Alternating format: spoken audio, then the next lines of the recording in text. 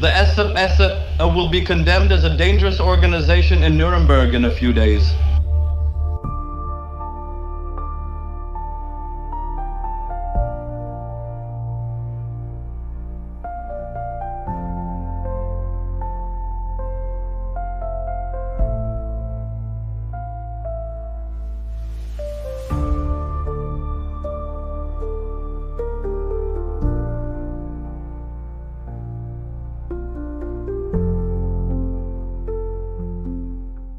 This story begins on a very special day for Phrygia, July 14th. Yes, exactly.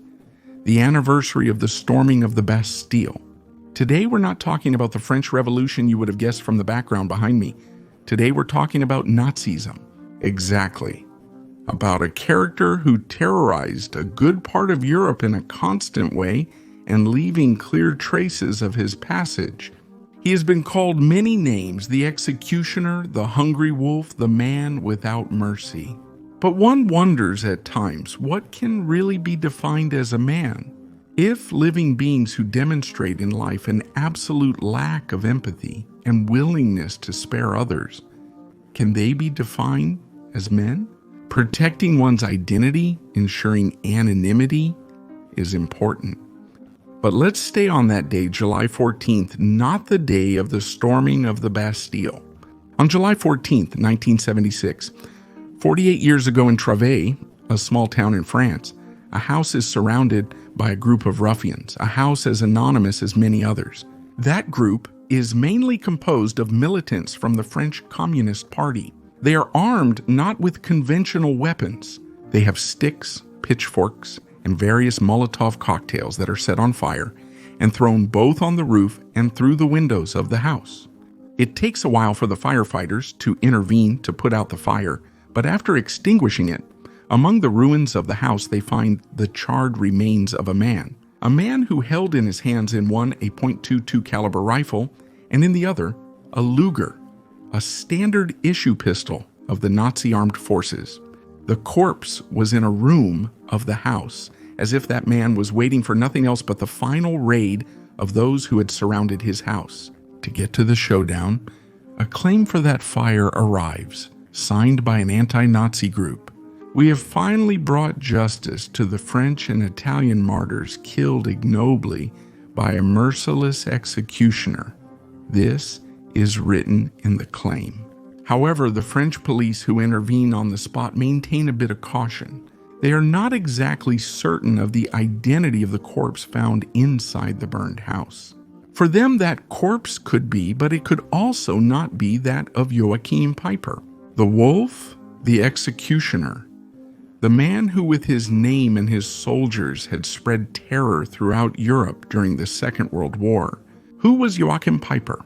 An officer of the Waffen-SS, one of the most successful officers in relation to age, was born on January 30, 1915. Personal aide-de-camp to Henry Himmler, and above all, a member of the 1st Panzer Division of the Waffen-SS. Leibstandarte, Adolf Hitler, a division created from the personal guard, the Leibstandarte, precisely, of the dictator.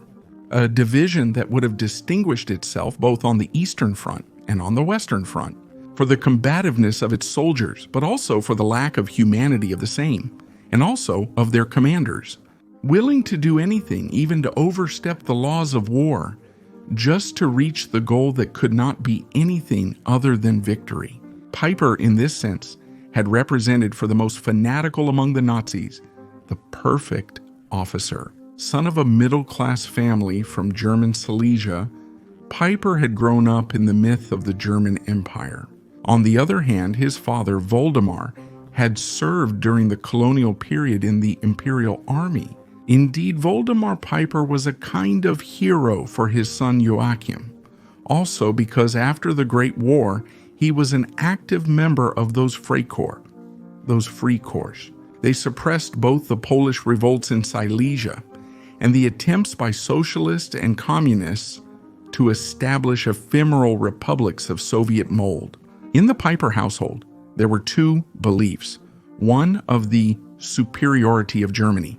Despite the defeat in the Great War despite the humiliating conditions of the Treaty of Versailles. The other was anti-Semitism, a belief oppressive, racist, and permeated with even false elements, but which managed to make a breakthrough in a good part of German society at the time. The conspiracy theory of the Jewish plot of the stab in the back, launched within the German Empire by Jewish traitors, had made a breakthrough, just like that notorious historical forgery called Protocols of the Elders of Zion. Even though part of German society recoiled from these theories with disgust and horror, in many cases in Germany, all this was believed, even in the Peiper household. Joachim Horst's brother also believed in all this, and both were willing to follow in their father's footsteps as far as military service was concerned. Initially, both Joachim and Horst decided to get involved with the Boy Scouts, which at the time were almost a paramilitary youth association. Subsequently, both developed a keen interest in the real career. One, Horst within the Nazi apparatus, the other, Joachim, among the fighting ranks, and both would end up wearing the SS uniform. Horst indeed joined the SS, but in the branch called Totenkopfverbände, that is the branch that was in charge of guarding the concentration camps. He later moved into the ranks of the Waffen-SS, fighting in the Battle of France, and then transferred east for the attack on the Soviet Union. During Operation Barbarossa, he would have been killed in Poland during a war incident that was never fully investigated. It was said that Horst Peiper was homosexual, and for this reason, he was ostracized by his comrades. Another rumor was about an alleged homosexual relationship between Horst Peiper and one of his commanders. And to put an end to these rumors, Horst was said to have been driven to suicide. Even the eldest of the three brothers, the first son of Voldemar Peiper, had problems. He was essentially mentally ill, had attempted suicide multiple times until he fell into a catatonic state. Admitted to the hospital in 1931, Hans Peiper died of tuberculosis in 1942. The third and last son, Joachim, on the other hand, proved to be the strongest, both in terms of character and physical strength. Joachim Peiper was the prototype of the fanatical German soldier imagined by Hitler, a man willing to do anything and with considerable egotism, something that had not escaped the instructors of the ass. Yet precisely these qualities, especially egotism, which was supposed to be negative for the career of an aspiring officer, had attracted the attention of Himmler's Reichsfuhrer, a character we have already encountered and whose biography can be found on the channel. Himmler had pretended not to see the reports of both the instructors and the psychologists of the SS, who had advised the higher ranks not to let Joachim Peiper's career continue in the official ranks. And so, Joachim Peiper had a clear path ahead. His protector became Paul Hauser, director of the SS Academy and future commander of the Waffen-SS armored troops. Then he left the academy with the reputation of a young, ambitious officer, highly integrous and strongly anti-Semitic. Joachim Peiper became Himmler's personal aide, who called him to replace another great SS officer, Karl Wolff, future commander of the occupation troops in Italy. Peiper remained by Himmler's side throughout the First War period. He followed him to Poland, behind the armies that continued to advance on the edges of the terrain to destroy the Polish armed forces. He was with him, with Himmler Peiper, even when the first examples of authentic ethnic cleansing occurred in Bigos, horrifying episodes, indiscriminate massacres, public shootings, even in the streets. Peiper, on that occasion, proved to be extremely cold, lucid, rational, while some other German officer began to have doubts about what was happening, and someone else like General von Blaskowitz was writing critical reports, disowning as a soldier what was happening at the hands of the SS. While Peiper was detached, black, rational, he carried out his task with a blind faith in Nazism. Even when it came to the Aktion der FIA, that code name for the elimination of people with disabilities. Despite his older brother, the firstborn of Voldemar, being disabled, Peiper had no qualms. To witness the gassing of many mentally ill people in a psychiatric hospital. In fact, he himself had carried out the report on the effectiveness of the cassation. This gives an idea of the inhumanity of this individual, who, thanks also to this particular aspect of his behavior, had managed to advance his career more and more, accompanying his boss in the inspections of the concentration camps and noting step by step every single scientific advancement of the Nazi extermination machine.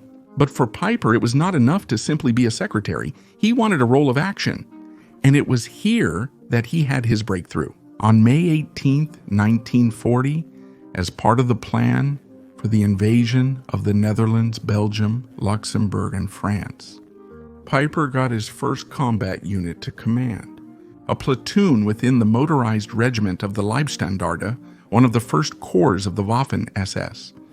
And there he showed another talent, that of a combative commander.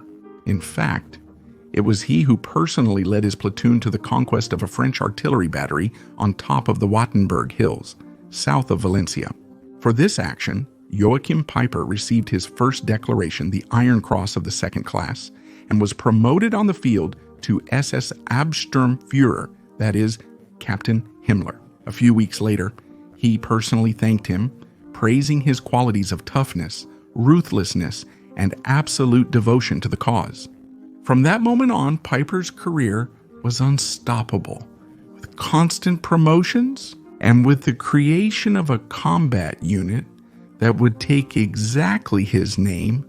The Kampfgruppe Peiper would become one of the most feared names throughout Europe. Despite there being many other ruthless commanders on the field, starting with Erich von den Bacher-Zelewski, Joachim Peiper would become the very emblem of the Waffen-SS. When in October 1941, he joined the 1st Panzer Division of the Leibstandarte near the Black Sea. As a substitute, among other things, for a commander wounded in battle, Peiper, he took command of the 11th Company and led his units to the conquest of Mariupol and Rostov-Soldom. His price of danger and his ruthlessness towards the enemy earned him, on the one hand, the praises of many of his superiors, starting with Sepp Dietrich, the commander of the Leibstandarte, but also the Dominion of Devil by the Soviet soldiers. In May 1942, Peiper was transferred along with the entire Leibstandarte to the west, to Vichy, France, to recover and rest. During that period, the division was reorganized into a Panzer Grenadier Division, that is, armored grenadiers, and Peiper was further promoted. He obtained the rank of Sturmbannführer, that is, Major, commander of the 3rd Battalion. Sent back to the east, Peiper gave vent to his Luciferian nature. When, in the conquest of a village, the Soviet partisans intervened to support what remained of the rear guard of the Red Army. Setting fire to 2 gasoline trucks, Peiper ordered the entire village to be burned, and all its inhabitants, men, women, elderly, children, to be shot. No one was to be spared. For these results, Peiper received the War Cross in gold. The clear signs of his Kampfgruppe's passage were noticeable. He left behind enemy soldiers killed and openly mutilated. A warning to the enemy, but also a sign of extreme cruelty.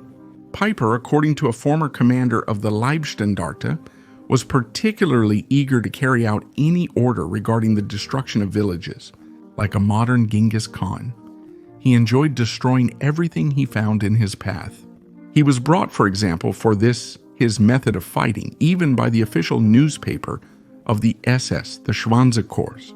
In that article, Peiper was portrayed as a commander in control of the situation at every stage, with quick decision-making abilities, and especially skilled because he used bold and unorthodox methods. For this reason, the article concluded Peiper was a born leader with the highest sense of responsibility for the life of each of his men, but capable of being extremely tough if necessary to complete every mission. Having concluded the period in the east with Operation Citadel, within the Great Battle of Kursk, the largest tank battle in history. Peiper and his camp group were moved to Italy to participate in Operation Axe, the invasion of the peninsula. After the defenestration of Mussolini and the end of the fascist regime, the Armistice of Cassibile was signed on September 3, 1943. 5 days later in the evening, Marshal Badoglio's proclamation establishes Italy's change of sides from the Kingdom of Italy within the Second World War. From that moment forward, every German in Italy has only one goal: to acquire the territory, disarming the Italian soldiers. Peiper carries it out without a word. His troops, the troops of the Leibstandarte, are sent to Piedmont. On September 19, 1943, a small detachment of the Leibstandarte. They clash with the partisans of the resistance movement partisans who, near the small village of Boves in Piedmont, kill a German soldier and capture 2 others. Peiper decides to take the situation into his own hands directly. He orders that the civilian population be gathered in the center of the village of Boves and will issue a proclamation stating that he will destroy the village unless the partisans release the prisoners. It should be said that the partisans, encouraged by the parish priest of the country, Giuseppe Bernardi, and by an entrepreneur, Alessandro Bassallo, proved to be extremely sensitive. The 2 revived prisoners and the body of the killed LSS soldier returned. But this was not enough for Peiper. Even though he had achieved his goal, he still wanted to teach a lesson for what had happened, so that no one would dare to lift a finger on his soldiers. So he gave the order to summarily kill 24 men from the village, innocent men who had done nothing, simply to set an example. A woman who tried to resist when the German soldiers entered her house to loot it was also killed. Finally, Peiper ordered the entire country to be burned. After what he had done in Ukraine, Peiper also began to show his worst side in Italy, becoming known as the Devil. In his report to the division, Peiper described the massacre as a heroic defense.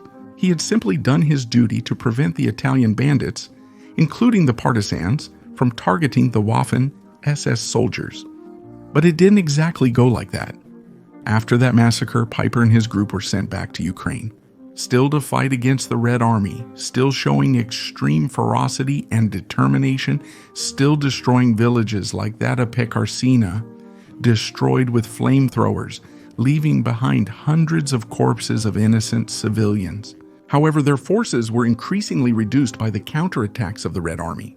Consider that the 1st SS Panzer Regiment, at the end of November 1943, had just 12 functioning tanks. In the end, the higher commands decided to move the Leibstandarte to France, with the task of guarding key points, especially near the border with Belgium, and further rewarding Peiper with new decorations and promotions. And it is precisely in France in June 1944, during Operation Overlord, that Peiper bites the bullet. He would like to intervene immediately. His troops are lined up at Pas de Calais to prevent the invasion by the Anglo-Americans. But the invasion has come further south in Normandy, in the Caen area of Cherbourg. He would like to move Peiper with his panzers, but he is prevented. Hitler does not trust him. He wants to keep the Kampfgruppe Peiper and all the armored units of the Waffen-SS there at Pas de Calais, because he is convinced that the Normandy one is just a diversion. And this is where Peiper shows a first weakness. When he is finally authorized to move, to bring aid to his comrades in Normandy, he has a nervous breakdown. He collapses. He starts to accuse. Tremors and a mother. Apparently, an excess of stress due not so much to the combat itself, but to the constant quarrels with the other German commanders. For this reason, he is removed from command and hospitalized, first in Paris and then in Bavaria. And it is while he is resting in Germany that Peiper receives a special assignment, that of leading his reformed Kampfgruppe in the assault during the artillery offensive. Remember that 60s movie, The Battle of the Giants? That colonel, played by the English actor Robert Shaw, who stubbornly leads his panzers to conquer the Ardennes. But above all, the Anglo-American gasoline depots. Well, the figure of that colonel is based precisely on him, on Joachim Peiper. the executioner who leads his Kampfgruppe as the spearhead of the offensive to rout the American lines. He can count on the 500, the 1st Heavy Panzer Battalion, equipped with a novelty, the Königstiger tanks, Bengal Tigers. Virtually indestructible, they are huge, very heavy tanks, but also extremely thirsty. For gasoline, Peiper is provided with a map of the American fuel depots. His goal is to capture as many as possible and intact in order to increasingly fuel the strength of the advance. The goal of the Ardennes flexion is to essentially push the Anglo-Americans back, make them understand that it is not the case to go further, and maybe even stipulate separate peace, to then turn east against the Red Army. During these battles, the Kampfgruppe Peiper arrives at Malmedy, a small village, and again a massacre occurs, but not of civilians. In the village, there are elements of an American battalion. They are artillery observers. They are soldiers armed only with light weapons. They cannot oppose Peiper's panzers. So, after a very brief resistance, they throw down their weapons and raise their hands in surrender. The laws of war would require their relocation to prison camps. Instead, what does Peiper do? He gives orders to his soldiers to gather all the American soldiers who have surrendered, including them in a meadow, wounded, and then open fire with machine guns. 84 men fall. The bodies are left in plain sight on the snow, with the blood staining the whiteness of the snow. Few survive, and here few, when they reach the American lines, tell that story of that senseless massacre. The name of Peiper begins to snake even among the American lines, and the devil is the worst man one can come across. But Peiper's luck is now over. In the spring of 1945, after the Ardennes offensive failed its strategic objective, all is lost. Peiper can do nothing but witness the final defeats. He himself is engaged on the field in Hungary in the spring operation to try to recapture the last Hungarian oil wells. No use. On May 1, 1945, the Leibstandarte learns of the dictator's death. A few days later, the High Command signs the unconditional surrender. Peiper and his last men surrender to the Americans, well aware that if they had fallen into the hands of the Soviets, they would have been shot. Without a trial, Peiper initially goes home and manages to escape from his first imprisonment. But his escape lasts only a few days. The Americans recapture him on May 22, 1945. A few weeks later, he is accused of the Malmedy Order, that senseless massacre. And it is with this accusation that Peiper is brought to trial, charged with having ordered without superior authority a senseless massacre. Peiper, in front of the American officers who interrogate him, proves to be a convinced Nazi and a convinced anti-Semite. In the records, there is a statement of his, "All Jews are enemies, and all Poles are enemies. We just cleaned up our society and transferred these people to the camps, and you let them free, so you are our enemies too." Peiper, among other things, speaking with the American officers, also shows signs of madness. He says that the Americans should have helped the Waffen-SS to fight the Russians in defense of Western civilization. They seem like the ravings of a madman, and initially it is also thought that Peiper might have some germs of madness in his brain. Taken to jail and destined for trial, Peiper also gets to know the Dachau prison, right next to the concentration camp, but that detention doesn't seem to affect him. His trial from May 16 to July 16th, 1946. The charge is heavy. The only strategy his defense attorney, Lieutenant Colonel Everett of the United States Army, is banking on. It's on the fact that Peiper's statements would have been extorted through unofficial and sometimes inappropriate interrogations. But it's a weak strategy. There isn't possibility to contest anything. Peiper, in the end, is not convinced to retract, to plead guilty. He continues to say that he only did what he had to do. For this, he is sentenced to death, but the capital punishment is commuted.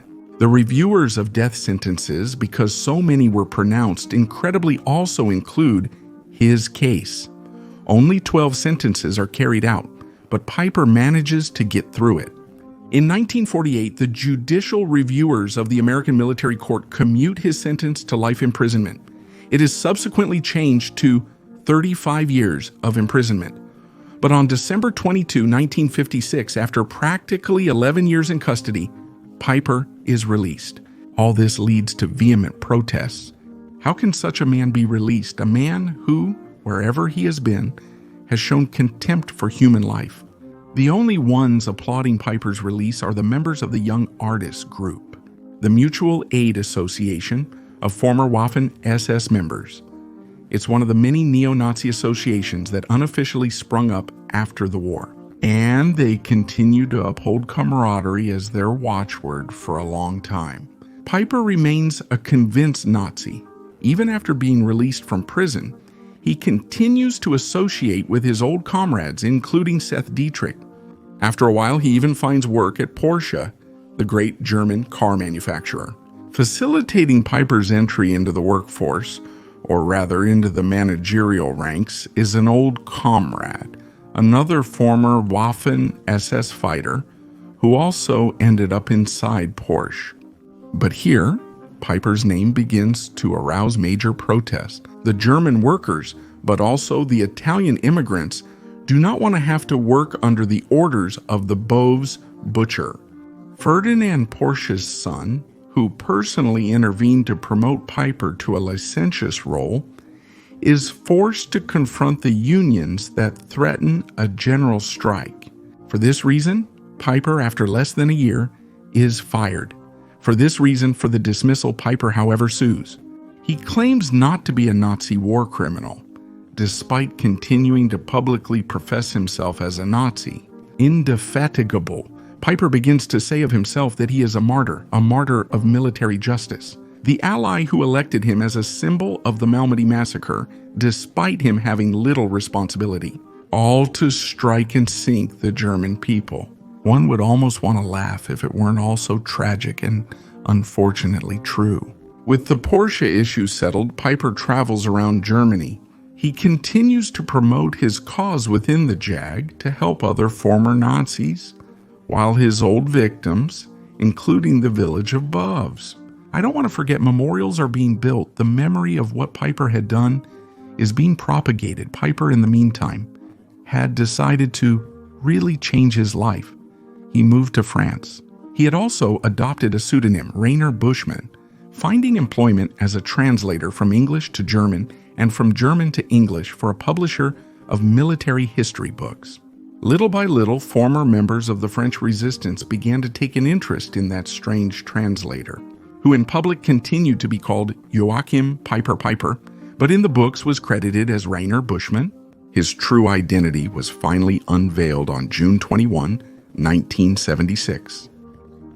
French anti-Nazi political activists began to inform the Travail community that they had found the evidence that the German who lived in the country was just a Nazi after all. Peiper tried to defend himself, to assert, even with an interview titled Je Paie, I have already paid, that it was his. It was just a war past that he just wanted to forget, but for what he had done there could be no sort of forgetting. Despite proclaiming himself innocent of the accusations of the massacre of Boves in Italy, of the massacres in Ukraine, of Malmedy, Peiper continued to live there, in France, also telling his acquaintances, well, in 1940, the French did not prove to be brave. That's why I'm here. I have nothing to fear. Well, maybe he really had something to fear. Because on July 14th, 1976, the anniversary of the storming of the Bastille, some French people decided to take a resounding revenge against that unrepentant and indefatigable Nazi. A man who had spread terror throughout Europe and who seemed destined to always get away with it no matter what. However, even a long time after his death, many circles, even in the United States, continued to hold an incredibly heroic view of Nazi war criminals, including Joachim Peiper. It was the sick fruit of the brand-driven derivation of the will for total confrontation with Soviet communism, thus justifying, in some ways, Nazism and all its derivations. For a long time, even in the United States, there were public figures, private individuals who mythologized Joachim Peiper, to the point of identifying him as a sort of idol to venerate, or even worse, to follow and imitate. And this is what should make us reflect more than anything else, the fact that after so many years, there are characters who fail to understand how a Joachim Peiper was the personification of the devil on the battlefields. There was nothing honorable in his actions. Other soldiers and commanders were much more respectful of the laws of war. They really behaved like authentic soldiers. Peiper was only interested in his blind faith in Nazism, his deaf ideology, his anti-Semitism, and his will to annihilate the opponent. Whether we wore a uniform, whether it was a man, a woman, a child, an old man, it didn't matter. Everyone had to bow to the creed of the swastika, a creed that Joachim Peiper carried forward until the last day of his life, leaving behind an image and a reputation, not as a man of arms, but as a true devil. Like a dangerous organization.